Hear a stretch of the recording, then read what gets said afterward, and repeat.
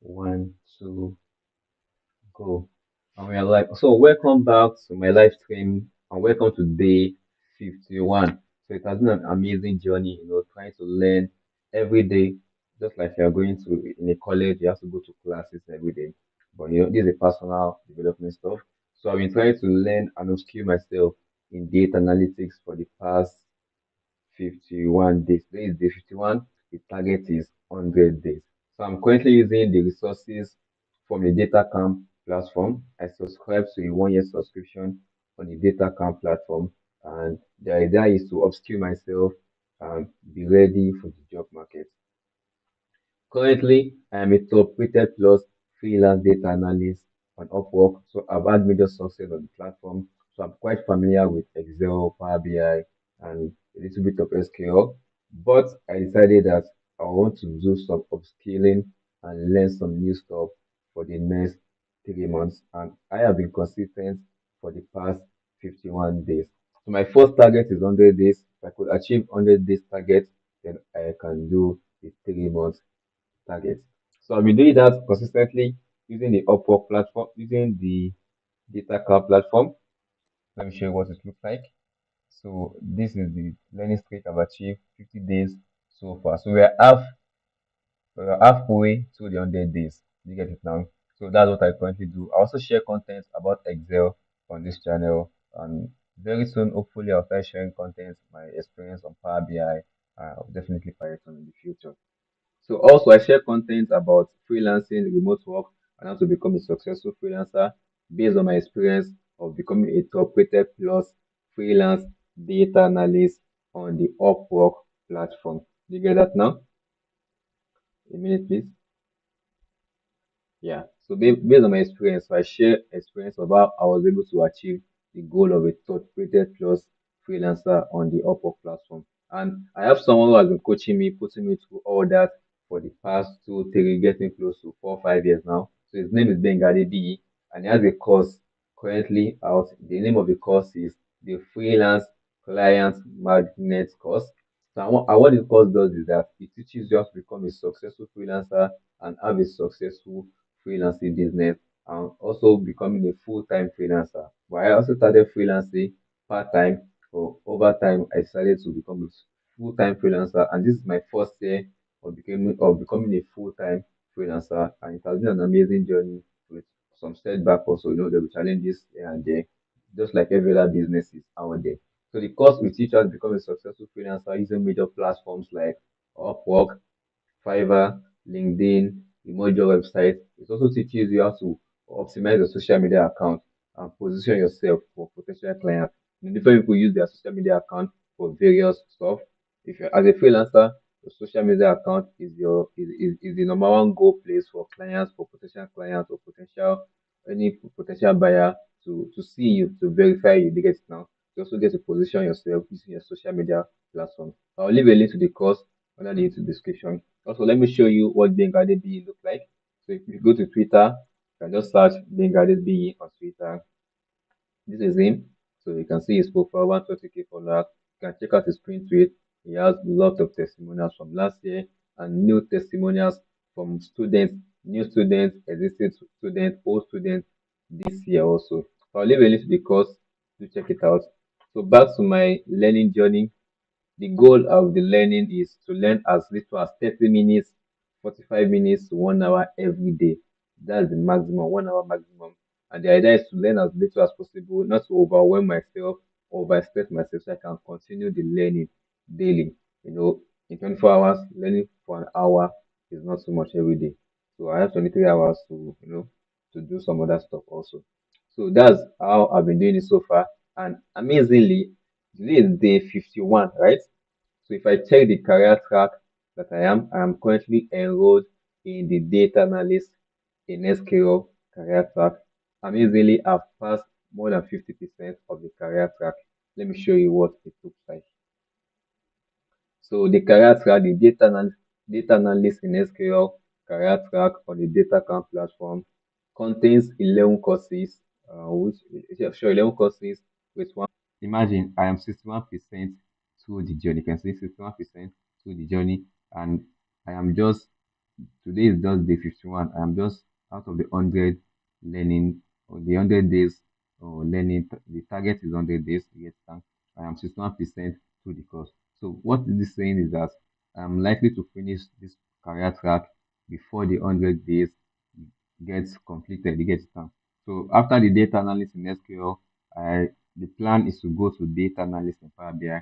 I'll be live streaming that journey also. So do make sure to subscribe and hit the notification bell so you'll be the first to know when we jump to the Power BI. So because I have to prepare for my Power BI certification also. So I want to take the career track also there and upskill myself in Power BI. So if I show you what it looks like, the data analyst in SQL, let me just click on continue. Let me show you what it looks like.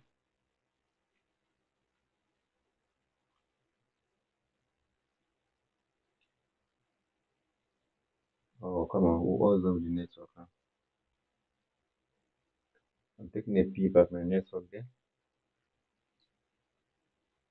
Yeah, it's coming up. So this is what it looks like. The data analyst in SQL, which also comes with certification. So it has, I think it has two types of certification here. It has the data analyst associate. I think I'm qualified for this. Then the data analyst professional, which is kind of the data camp certification under this career track. You get it now. So I'll check this one later. I plan to take this certification pretty soon. So you can see the career track. This is all the content there. So I'm currently on this. Wow, wow, wow. What happened? This chapter 3. I think I skipped this chapter. Probably I didn't complete something. I'll check it out back. But I've completed four, that is, I've completed 6 courses out of the 11 courses in this career track. You get that now, which is a total of 39 hours of course. Then I'll move to the next course, exploratory data analysis, and the many course. They will also come back to this course as we move along. Then project, the statement of accomplishments. So what I have to do is just go back to the learning dashboard and continue from where I stopped yesterday. So that's basically all I do on this channel so far.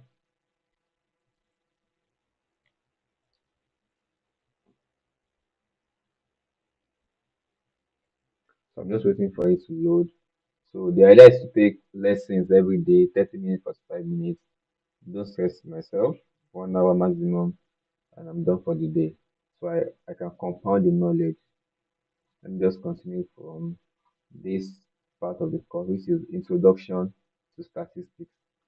Okay, I think I missed something in the career track here. Oh, I didn't complete something here, 93%. I missed something here. So I've completed chapter 1, chapter 2, chapter 3. So we're supposed to go to creating correlation and hypothesis testing. So if I come back here, let me see something is missing. Let me show view chapters. I didn't complete something. Oh, what's that?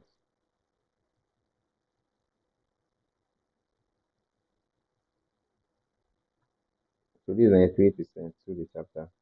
Probably I didn't do this. Chances of the next will be more than the me. I think I completed this. Let me just complete this chapter and be done with it.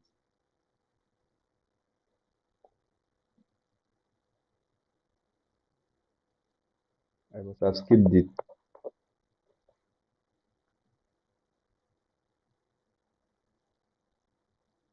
I'm taking a peep at my network.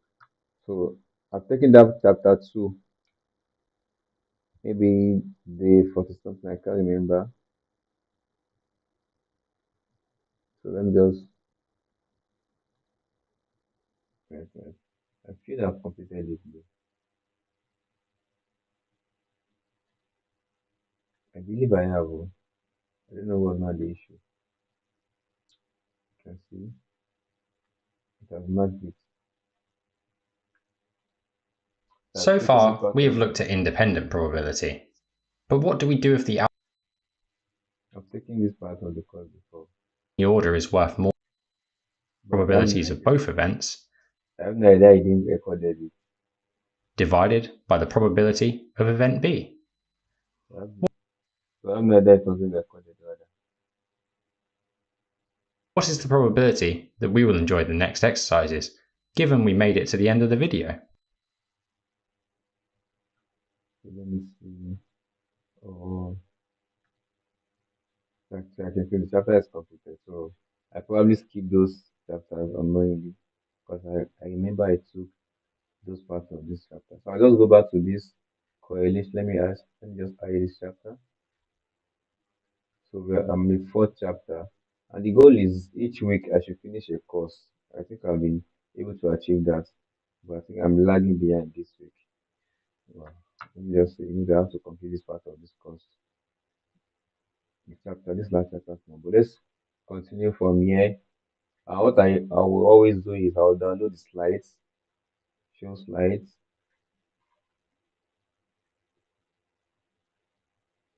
I'll just download it on my system and open it in the second screen so I can follow along.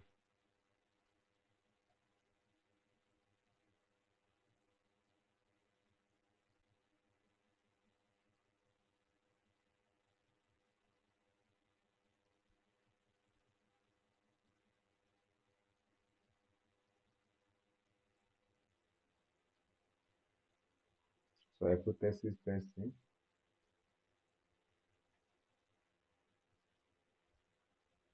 Yeah, it has been downloaded.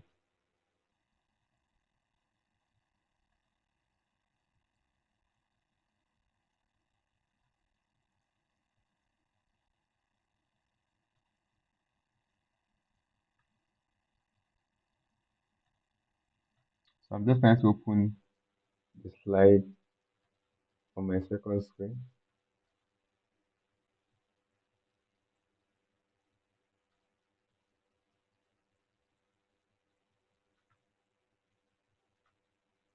And we are good to go.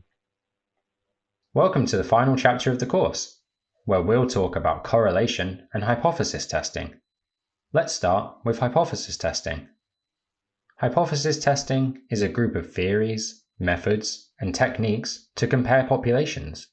So, why do we need to know about hypothesis testing? Firstly, it's routinely used in many industries. For example, a company may have a theory that increasing the price of their product will increase revenue, or changing the name of a website might increase traffic. We can even use hypothesis testing to analyze whether a medication is effective in the treatment of specific health conditions. Not only is hypothesis testing all around us, but it is also a well-established discipline. Early origins can be traced to the 18th century, when the analysis of birth records showed that each birth has a slightly larger probability of being male than female. In hypothesis testing, we always start with an assumption that no difference exists between populations. We do this to reduce the risk of introducing any bias into our testing. This is called the null hypothesis. We can expand on the example of male to female birth ratio to look at vitamin C supplements. Our null hypothesis could be that there is no difference in gender birth ratio between women who do and do not take vitamin C supplements. We then create an alternative hypothesis, which can typically take one of two forms. We can say that there is a difference between male and female births among women taking vitamin C supplements versus those who do not. Or we can state the direction of the difference. For example, that the population taking vitamin C supplements have more female births than those not taking the supplements. There are many ways to perform hypothesis testing, but a general workflow is: first, we decide on populations we want to analyze the difference between. In this case, adult women using or not using vitamin C supplements. Then, we develop null and alternative hypotheses, that births are equally likely to be male or female in both populations, or that babies are more likely to be female in women taking vitamin C supplements. Now, we collect our sample data. Specifically, we collect gender status of babies born in both populations. We then perform statistical tests on the sample data. Finally, we use the results to draw conclusions about the population that the sample represents. So, how many births do we need to record the gender of? Applying the central limit theorem, with a larger sample size, the mean number of male and female births approaches the population means. However, collecting large samples can take a lot of time and resources. A common approach is to look at peer-reviewed research on similar hypothesis tests to find out how large the samples were. This can then serve as a benchmark. A note on terminology. In hypothesis testing, we define the data in terms of the difference we expect to observe in the alternative hypothesis. The independent variable describes the data we expect will not be affected by other data. For our vitamin C and gender birth ratio hypothesis test, this would be vitamin C supplementation, meaning it is independent of male to female birth ratio. The dependent variable is the data we expect to be affected by other values. In the alternative hypothesis, we propose that birth-gender ratio will be affected by vitamin C supplementation.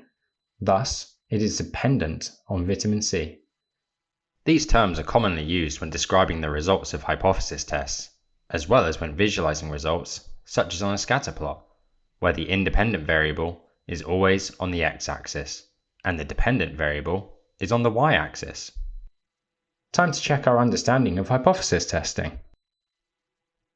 Okay, let's see what hypothesis testing. Hypothesis testing.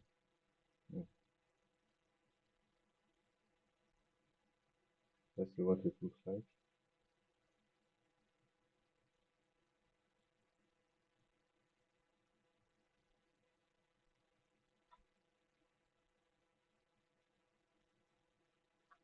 So sunshine and sleep. Say you are planning to perform two hypothesis tests. One, to establish whether a relationship exists between the number of hours of sunshine per day in London and how many hours per night the residents sleep. And another to check if exercise is related to blood pressure in elderly man. So some statements have been provided. The task is to correctly classify each statement as describing a null hypothesis or an alternative hypothesis for these two tests. Classify each statement as either a null hypothesis or an alternative hypothesis. So the amount of exercise performed each week has no effect on blood pressure in elderly men.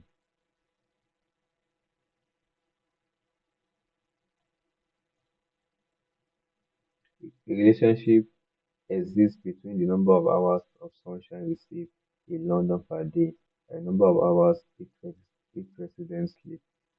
Probably an alternative. No difference exists between the number of hours. Okay, this more exercises is associated with lower blood pressure levels. This is alternative. That's quite straightforward there. Pretty straightforward. So the null is always I want to exercise perform each week has no effect. There's no effect. Okay, let's continue. So the hypothesis testing workflow. So hypothesis testing requires a sequence of tasks to be completed in a particular order. So you are preparing to perform a hypothesis test on whether a difference exists between the frequency of colds in 18 to 30 years old who are meat eaters and vegetarians.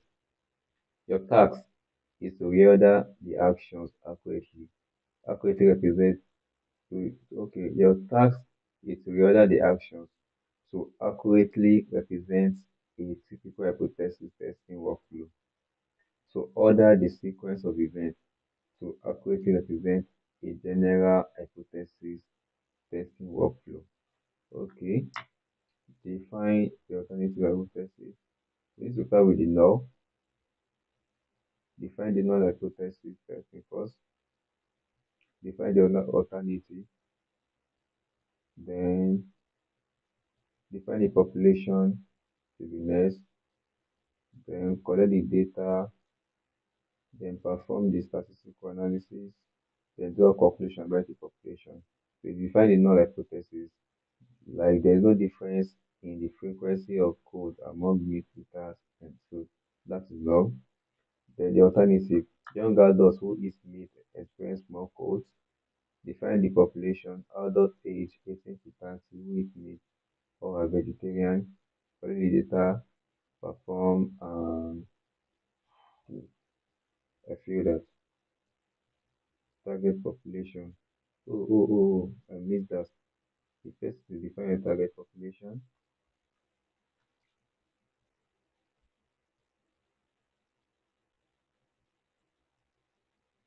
But from the slide, it says start.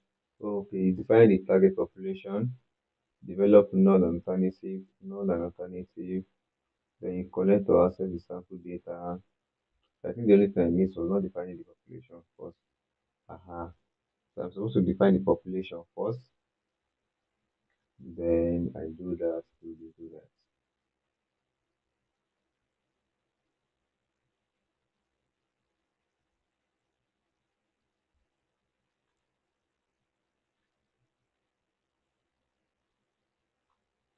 Oh, I think my video is hanging. That's my video is lagging. Oh man, this is not good. So independent and dependent variables. You are planning a hypothesis test to see if there is a difference in the amount of sunshine a city receives per year and how many hours are worked annually. Your alternative hypothesis is that more sunshine is associated with fewer hours worked. You monitor the amount of sunshine in three cities for 100 days and collect data on the number of hours worked from 30 people in each city. Your task is to decide what will be considered as dependent variable in this hypothesis. The dependent variable, okay.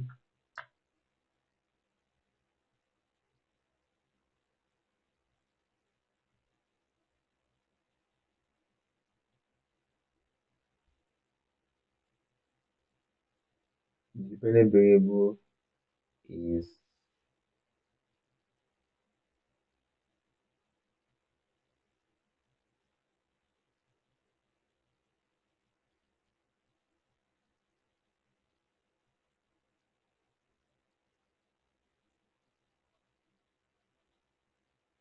is is that the hours work annually. Is it dependent on sunshine? Definitely that. We want to know if the hour impressive. The alternative hypothesis means that we expect number of hours work annually to change based on how much sunshine is received. So that's the challenge there.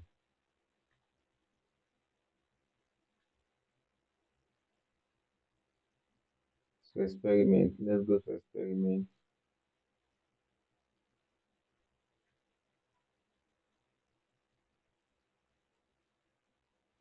Let's do experiment a little bit. Now we know the general workflow for hypothesis testing, we'll discuss one arm of hypothesis testing, experiments. Experiments are a subset of hypothesis testing that involves performing statistical tests on sample data to draw conclusions about a population. This doesn't just apply to academia and research. Experiments occur in industry too, particularly to draw product insights and drive improvements to commercial performance. Experiments generally aim to answer a question in the form, what is the effect of the treatment on the response, where the treatment refers to the independent variable and the response to the dependent variable. As an example of an experiment, we may wish to know what effect and a question in the form, what is the effect of the treatment on the response, where the treatment refers to the independent variable and the response to the dependent variable. As an example of an experiment, we may wish to know what effect an advertisement has on the number of products purchased. In this case, the treatment is an advertisement, and the response is the number of products purchased. Visualizing the results using a bar plot suggests the treatment may have been effective in increasing the number of products purchased. A common type of experiment is a controlled experiment, where participants are randomly assigned or the control group. In our example, the treatment group will see an advertisement and the control group will not, whether seeing an advertisement causes people to buy more. If the groups aren't comparable, we may draw incorrect conclusions based on the results. If the average age of participants in the treatment group is 25 and the average age of participants in the control group is 50, age could potentially influence the results, where younger people are more likely to purchase more, making the experiment biased towards the treatment.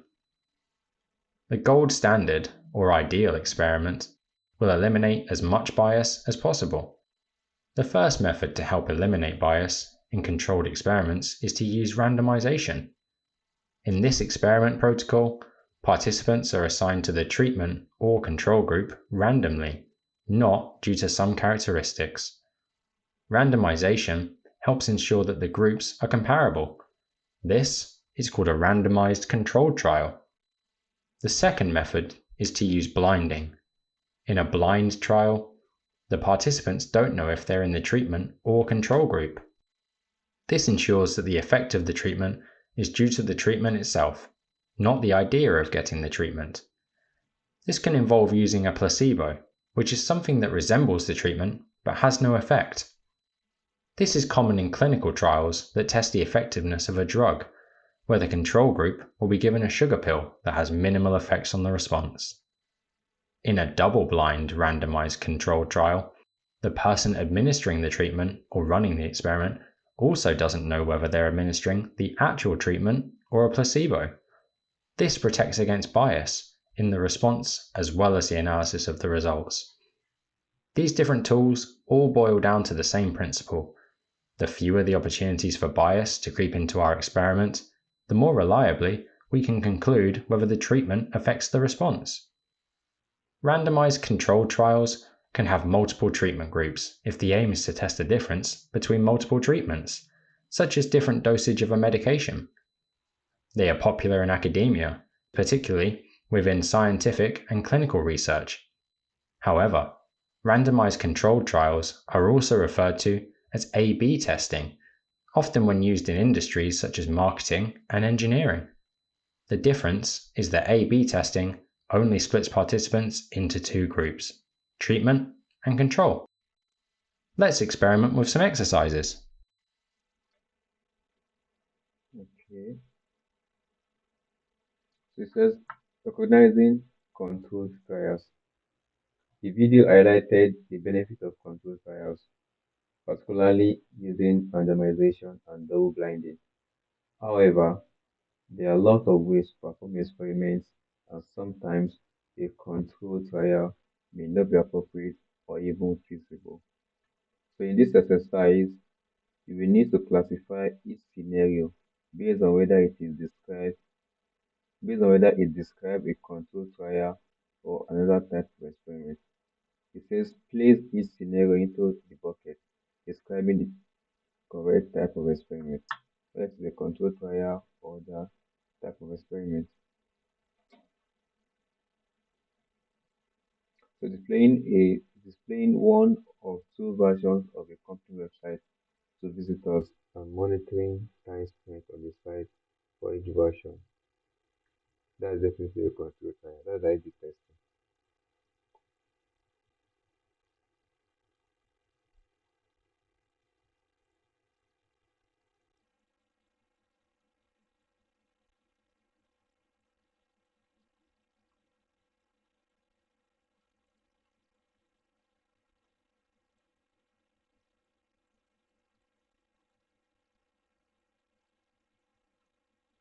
So collecting survey data from 500 people to find out their smoking status and whether they have had cancer.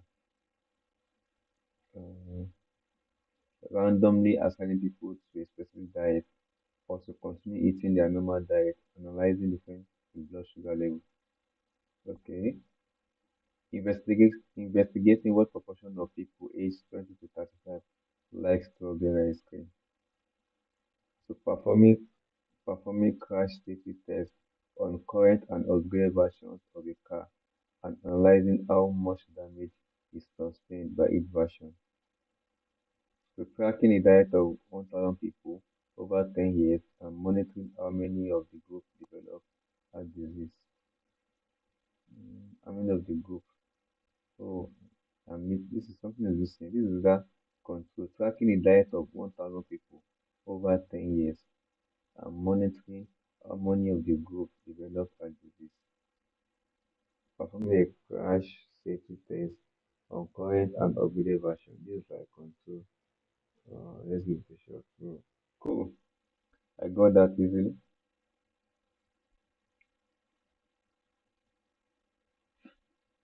So why use randomization? So control trials allow participants to be split into either a control group or a treatment group. Randomization is incredibly beneficial as part of this process, but can you recall why? Some reasons are listed below. Your task is to select the one that best describes why randomization is useful when running a control trial. To reduce bias, to ensure goals are complete, to maximize chances of result being normally distributed, to reduce bias, ensure goals are comparable.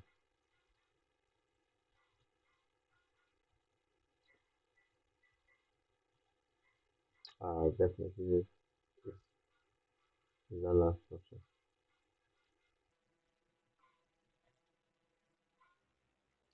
Uh-huh. So we are now in correlation and regression. Correlation and regression. So I must go with the course, but you see my network is not really that strong today. My live streaming is down this. I'd love to stop here. Let's see. Let's go back to the dashboard.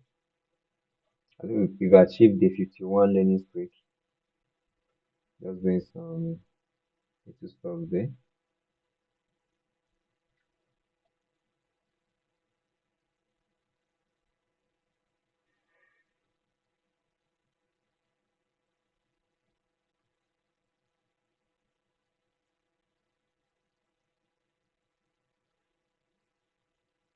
So I'm almost through with this part of the course.